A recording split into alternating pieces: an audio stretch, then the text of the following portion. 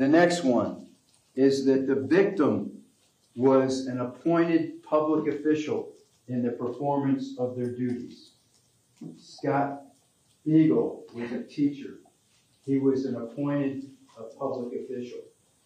Christopher Hickson was an athletic director and a campus monitor. He was an appointed public official, as was Coach Spice. He was a coach and also a campus monitor. And the last one was that the murders were committed during the course of a burglary. You're saying, burglary?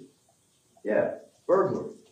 When the defendant entered that school without permission to commit an offense, to wit murder, that's what a burglary is.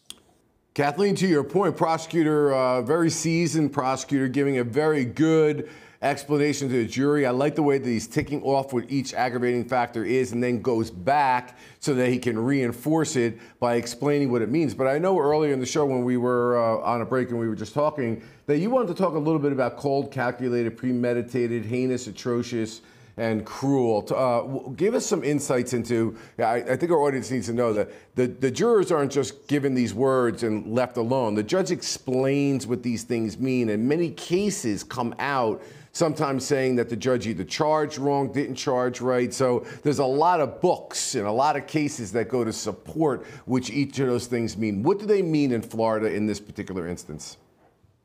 Well, I think what you can do is you can look at what, because this is only a penalty phase trial, right?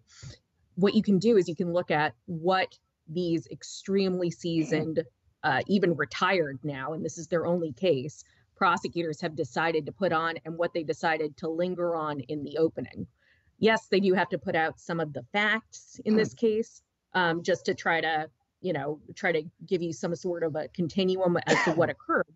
But when you go to what actually happened in it, you can see Mike Satz going through, especially with, and the one that sticks out to me is Joaquin Oliver, who was shot in the leg and knew that Nikolas Cruz was coming down the hallway for him and couldn't move.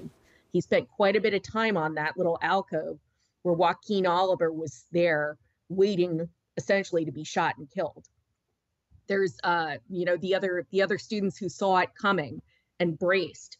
You'll see the attention that they put to the defensive wounds. Now, it's an AR-15. What are you going to do with your hands? But it's reflexive, that people are putting their hands up like this, and maybe there's a wound to the hand or there's a grazed wound to the arm prior to the fatal shot hitting the torso. So when you look at what they've put on, what facts they've lingered on, those are the facts. The fact that that Christopher Hickson was alive and talking to one of the police officers that entered into the building, that Jamie Guttenberg was able to crawl a little bit further than from where she was shot to where she actually died.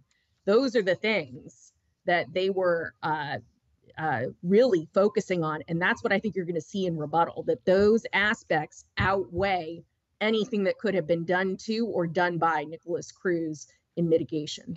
Yeah.